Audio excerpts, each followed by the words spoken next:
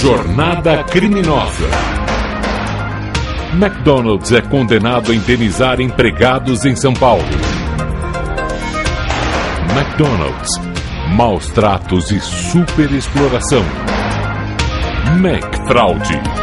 Documentos inéditos comprovam que o McDonald's pagou 5 milhões de reais por uma norma da Receita Federal. A onda de denúncias contra o McDonald's no Brasil cresce dia a dia e se transforma num escândalo de grandes proporções. E as maiores vítimas são os nossos trabalhadores e o governo brasileiro. As denúncias são tão graves que não dá para entender como esta empresa continua desafiando as nossas leis, sem que até agora a justiça tenha conseguido impedir. A primeira impressão é a de que o McDonald's, contando com advogados caríssimos e experientes, se ampara na interpretação e nos recursos facultados pelas nossas leis, além de se beneficiar da reconhecida morosidade da justiça brasileira. Mas será mesmo só isso? Conheça agora em detalhes as razões deste escândalo e das denúncias contra o McDonald's. A receita da jornada de trabalho adotada pela rede McDonald's no Brasil inteiro é no mínimo estranha. São 44 horas de trabalho semanais, menos as horas paradas na sala de break, o que significa, no final do mês, um salário menor que o salário mínimo. É isso mesmo. O McDonald's do Brasil desenvolveu uma fórmula que até então ninguém tinha ouvido falar de pagar ao seu funcionário um salário menor do que o salário mínimo. É a chamada jornada móvel e variável de trabalho. Não conseguiu entender? Então preste atenção. Tudo começou em 1995 e já na época a estratégia foi denunciada pelo Sintoresp, o Sindicato dos Trabalhadores em Hotéis, Bares, Restaurantes e Lanchonetes, como demonstra este documento. Foi a partir desse ano que os funcionários do McDonald's do Brasil passaram a ser obrigados a assinar um contrato como este, que, entre outras coisas, não permite que o trabalhador saiba quantas horas de fato vai trabalhar e, pior, impede que ele tenha ideia de quanto vai receber de verdade no final do mês. Esta jovem trabalha no McDonald's e conta que, apesar de ser obrigada a ficar à disposição da empresa o dia todo, todos os dias, quando o movimento na lanchonete é pequeno, ela é impedida de trabalhar pela gerência da loja. Ou seja, ela é obrigada a passar horas à disposição do McDonald's esperando um aviso da empresa para saber se naquele dia irá ou não trabalhar. E se por qualquer motivo o McDonald's decidir que não precisa do trabalho dela, mesmo depois de perder horas à espera da empresa, ela naquele dia não irá receber um único centavo. Antes as pessoas chegavam e falavam pra gente: nossa, o McDonald's é escravidão, ganha pouco e trabalha muito. E essa é a fama do Mac. Então eu já sabia disso, mas não sabia que era tanto, achava que era exagero das pessoas. Aí eu fui trabalhar, por experiência própria eu percebi que realmente é uma escravidão. Nas lanchonetes do McDonald's, quando não há movimento na loja, o resultado para os funcionários no final do mês é desesperador. Preste atenção neste olerite. Depois de passar um mês inteiro à disposição do McDonald's, o funcionário recebeu menos de R$290. Pra mim foi uma decepção, sim, porque eu não esperava que eu ia fazer tudo isso. Ninguém nunca me falou. E não falou que o salário também seria desse jeito.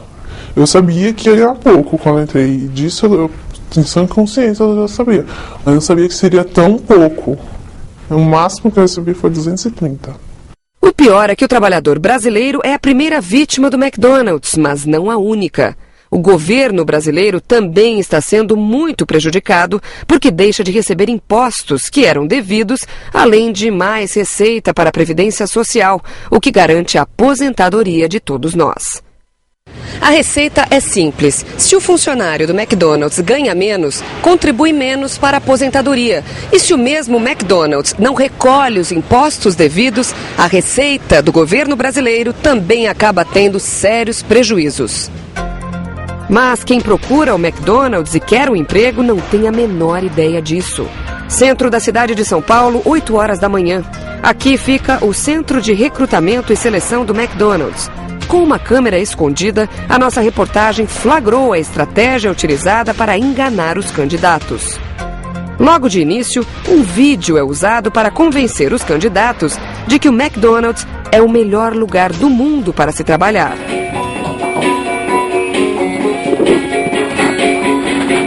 Essa marca vocês já conhecem. E todo o nosso sucesso é resultado da construção das melhores equipes que aprendem o princípio básico que é passado a todos os funcionários. Podemos resumi-los em 4 letras: Q, S, L e V. Qualidade, serviço, limpeza e justo valor. É o mesmo que dizer, o McDonald's oferece alimento gostoso, de primeira qualidade, num ambiente limpo e agradável. Em seguida, é a funcionária responsável pela seleção quem cita os benefícios oferecidos pela empresa e garante que o salário pago pelo McDonald's ficaria entre R$ 380 e R$ 400 por mês. Preste atenção. O salário por hora é R$ 2,52 a hora, tá? E essa média de horas que vocês fazem tira mais ou menos os 380, R$ 400 livre por mês. Só que isso não é verdade, como demonstram os depoimentos destes funcionários. No Mac, o meu salário foi R$50. O máximo que eu ganho é 230, não passo mais que isso. Eu acho que meu primeiro salário foi R$98, R$90. Eu fiquei pasmada, meus pais, então... Já me falaram que foi porque eu sou menor de idade, eu não posso ganhar um salário fixo, um mínimo, entendeu? Não posso ganhar nem um salário mínimo, mas eu acho que se a gente pode trabalhar que nem adulto, a gente também podia receber que nem adulto, né? A diferença entre o valor prometido pela empresa e o salário real recebido no final do mês acontece por causa da estratégia do McDonald's de pagar apenas pelas horas em que os funcionários estão efetivamente atendendo algum cliente. Se a lanchonete está vazia, os funcionários são levados para a chamada sala de break, apresentada como um ambiente agradável, com TV, computador e vídeo, mas que, na verdade, tem como único objetivo justificar os descontos nos salários. Repare como a funcionária do centro de seleção do McDonald's fica sem saber o que dizer quando é questionada por uma candidata. A gente tem um amigo que já trabalhou no Mac e essas salinhas que tem de internet e televisão, ele falou que assim, tinham vezes que ele chegava lá, sei lá, o horário combinado era 10 horas, só que às vezes ele só começava meio-dia a trabalhar, porque não tinha movimento e tal. Como que isso funciona? Todo o horário que eu tiver lá dentro vai ser conta para... O horário que você for contratada, você já entra e vai bater seu dedo, vai bater pela digital, né? Então você já bate o seu dedo, que é pela sua digital, na hora que você entrar no restaurante. Você já começa a ganhar a partir do momento que você bate o seu dedo. Ele não falou nada a esse respeito? Porque... Não, ele falou que o pessoal lá ficava, reclamava porque não é trabalhar. Aí eu acabava trabalhando poucas horas e ganhando menos no final do mês. Isso é bem difícil, mas não sei. É por essas e outras que esta garota, depois de vários meses de exploração, não aguentou mais e decidiu pedir as contas. É um trabalho muito puxado, dificultoso, humilhante. Sei lá, é uma humilhação. Você trabalhar, receber aquela mixaria. Uma armadilha que, de acordo com vários especialistas, desrespeita a Constituição brasileira, que desde 1934 estabelece que nenhum trabalhador poderá receber menos que o salário mínimo. O presidente da Associação dos Magistrados do Brasil, o desembargador Henrique Nelson Calandra, se diz preocupado e faz um alerta. A aparente legalidade da jornada móvel de trabalho, defendida por alguns empresários e sindicalistas, na verdade tenta esconder uma estratégia de exploração do trabalhador absolutamente injusta. Nem tudo que é legal é justo, nem tudo que é justo é legal. De sorte que, em que pese a legalidade aparente desse tipo de trabalho, surgem desconfortos, surgem danos. O trabalho tem que ser, ao mesmo tempo, uma ferramenta de libertação, mas tem que haver esse equilíbrio entre o poder econômico e a força de trabalho. Nós temos que ter uma relação equilibrada para evitar exatamente que a vida da pessoa seja destruída pelo trabalho. A gente nota, por exemplo, em alguns países do Oriente, especialmente no Japão, onde as pessoas são submetidas a jornadas variáveis e contínuas e acabam numa condição quase subhumana. Então, é uma vergonha para um país como o Brasil termos focos de trabalho escravo, verdadeiramente isso.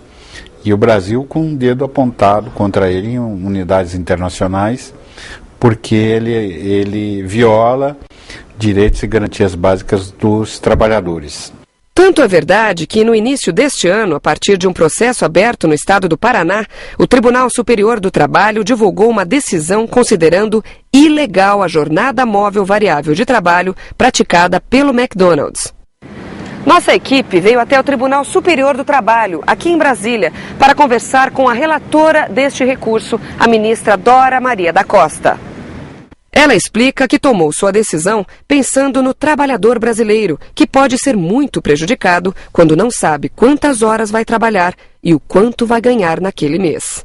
Prejudicial financeiro, econômico, social. Eu acho que isso, o reflexo disso realmente não é bom para a vida do trabalhador brasileiro. Eu não estou entrando na McDonald's, o sistema que é americano, porque eu acho lá tem um outro sistema, não tem leis rígidas como tem aqui, que estabelece uma jornada fixa, está dentro da Constituição. Dora Maria da Costa acredita que a jornada móvel variável afronta o princípio da proteção do trabalhador assegurado no artigo 9º da CLT, a consolidação das leis trabalhistas.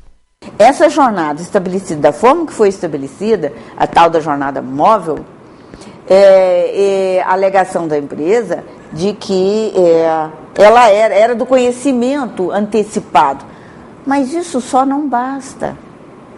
Você fica sabendo na semana anterior, ou um mês, suponhamos, qual vai ser a sua jornada, mas você não pode organizar a tua vida no mês seguinte, porque você não sabe qual é. Há mais de 15 anos, essa exploração imposta pelo McDonald's do Brasil aos seus funcionários vem sendo denunciada pelo Sintoresp, o Sindicato dos Trabalhadores em Hotéis, Bares, Restaurantes e Lanchonetes no estado de São Paulo. O Sintoresp é hoje o maior sindicato da América Latina no segmento e é o responsável por várias conquistas alcançadas pela categoria nos últimos anos. Só que, do outro lado, defendendo a jornada móvel de trabalho, existe um outro sindicato, o Sindifest, cuja própria criação está envolvida em uma série de episódios nebulosos que já foram alvo várias vezes de reportagens veiculadas pela grande imprensa. Em abril de 2008, a revista Época revelou a trajetória financeira impressionante de um dos responsáveis pela criação do Sindifest, Ataíde Francisco de Moraes. Em menos de 10 anos, Ataíde saiu de uma pequena casa na periferia de Osasco, na Grande São Paulo, para construir um patrimônio que, segundo a revista, inclui um hotel com 18 suítes, todas de frente para a praia, em Aquirás, próximo a Fortaleza, no Ceará, avaliado em R$1 milhão. Uma casa com 465 metros quadrados num dos mais caros condomínios fechados de Osasco, que valia, na época, R$1 milhão. Além de uma chácara em Juquitiba, no interior de São Paulo, uma casa de praia com 750 metros quadrados em Peruíbe, no litoral paulista, e mais uma empresa de material de construção. Todos os valores que foram citados na reportagem da revista Época se referem ao ano de 2008. Ataíde exerceu várias funções no mercado de trabalho, mas nunca trabalhou na categoria que representa. Em vez de defender o trabalhador, Ataíde Francisco de Moraes e seu Sindifest preferem fazer o jogo dos mais fortes. O Sindifest atua somente na cidade de São Paulo e defende a jornada móvel variável, que o McDonald's aplica em todo o Brasil. No site, o sindicato deixa bem claro de que lado está ao indicar o nome das empresas cadastradas no Sindifest. Uma opção que acaba atingindo em cheio o bolso dos trabalhadores dessas empresas. Preste atenção nestes números. Mas a situação é ainda pior, já que, na maioria dos casos, no fim do mês, o salário que chega de verdade no bolso do funcionário do McDonald's é bem menor que os R$ 604,24 prometidos. Mas, apesar de evidências tão fortes, a briga na justiça para provar a exploração a que são submetidos os funcionários do McDonald's não tem sido nada fácil. E algumas decisões tomadas em alguns tribunais surpreendem até os advogados mais experientes. Como, por exemplo, este documento. Este é um laudo feito por um perito que deve ser, por definição, isento, mas causa muita estranheza pelo fato de ter sido impresso num papel timbrado do Sindifest. Cadê a isenção? Não há precedentes de haver sido encontrado em um laudo pericial material com DNA de uma das partes. Esta empresária, que prefere não se identificar, é dona de uma rede de lanchonetes em São Paulo. Ela não aceita os métodos impostos pelo McDonald's e pelo Sindifest e vem sofrendo as consequências disso. Preste atenção no que ela tem para contar. Chegaram se dizendo, distribuindo revistinha, se dizendo representante da categoria e que eles tinham que migrar para exigir, me pressionar e exigir que eu passasse eles para o Sindifest, porque lá eles tinham muito mais vantagem. Nesse intervalo eu comecei a pesquisar a vida do Sindifest. Quem era o Sindifest? De onde veio? Por que veio? Foi aí que eu descobri. O Sindifest veio dos interesses de um grupo de empresários franqueados da rede McDonald's para defender interesses deles. Foi isso que aconteceu. Segundo a empresária, a proposta do Sindifest acabaria dando lucro a ela, como empresária, e prejuízo aos trabalhadores. Para minha surpresa, ele não representa funcionário. Ele não representa o trabalhador.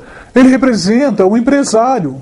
Porque ele, com todas as letras, virou para mim e falou assim, desculpa, mas a senhora está sendo boba e a senhora está tendo prejuízo. E desenhou no papel para mim o que eu ia ganhar ao longo de um ano se eu tivesse o número de funcionários que eu tinha na época e tenho atualmente, com o salário de lá, com as vantagens de lá. Então, o interesse ali não é defender o trabalhador. O interesse ali é defender o empresário. Nós vamos conversar com o presidente do Sintoresp, Francisco Calazans. Calazans, por que dessa denúncia? Porque nós queremos que toda a sociedade brasileira saiba do que está ocorrendo no setor de fast food. Nós está vendo uma exploração dos jovens brasileiros, né, através de uma jornada móvel de trabalho irregular, uma jornada ilegal, já reconhecida como ilegal pelo Tribunal do Trabalho. E é isso que nós queremos denunciar, porque está sendo feito através de um sindicato que foi criado com essa finalidade para ajudar justamente a empresa a proceder dessa forma. Há quanto tempo isso vem acontecendo? Bom, em 96, o Sindifest, que é o sindicato que se serve a esse tipo de procedimento que nós estamos denunciando, foi criado. Nós impugnamos junto ao Ministério do Trabalho. Ele foi criado de uma forma absolutamente equivocada, né, maliciosa. Eles publicaram um edital que iriam realizar uma assembleia na Praça da Sé, às 9 horas de um dia feriado. Então, quer dizer, já era para não comparecer ninguém para criar o sindicato. Eles fizeram a ata, né, juntaram a lista de presença, deram entrada no Ministério do Trabalho, e o Ministério do Trabalho, em tempo recorde, jamais visto na história do Ministério do Trabalho, reconheceu o sindicato. O pessoal que criou não é da categoria profissional, né? Ninguém sabe nem quem são, né? Depois descobriu que um era até de outro, de supermercado, não tem nada a ver com o setor de hotelaria, né? De restaurante, e fizeram esse absurdo. Em 96 foi impugnado, mas em 2001 ele foi restabelecido. E aí passaram a agir. Bom, nós estamos tentando anular o sindicato. Tanto o Sindifest quanto o McDonald's têm sido alvo de várias denúncias na Justiça do Trabalho, no Ministério Público do Trabalho e até na Organização Internacional do Trabalho. Como é que é isso? O Sintoresp tem o dever de defender os interesses dos trabalhadores. Então nós atacamos onde precisa ser atacado. Então nós denunciamos, por exemplo, porque o McDonald's, essas empresas não cumprem a lei de cota, empregados deficientes, né? Pratica essa jornada móvel imoral, né? Escravidão, em pleno século XXI. Então nós vamos até a OIT, porque é um problema de ordem internacional, né? E o que é preciso fazer então para impedir esses abusos?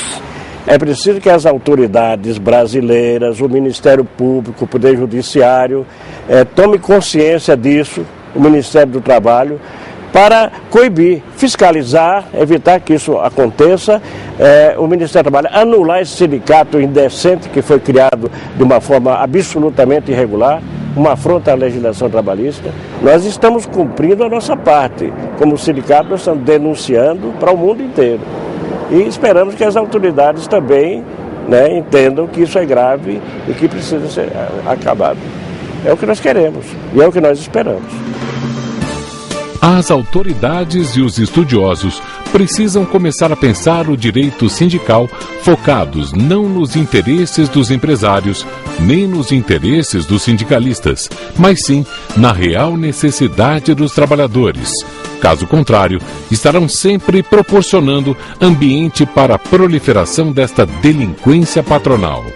A manutenção deste quadro é uma verdadeira declaração de ausência de compromisso do Estado com as diretrizes da OIT, direcionadas para a instalação do trabalho decente e erradicação do trabalho escravo. Francisco Calazans, presidente do Sintoresp.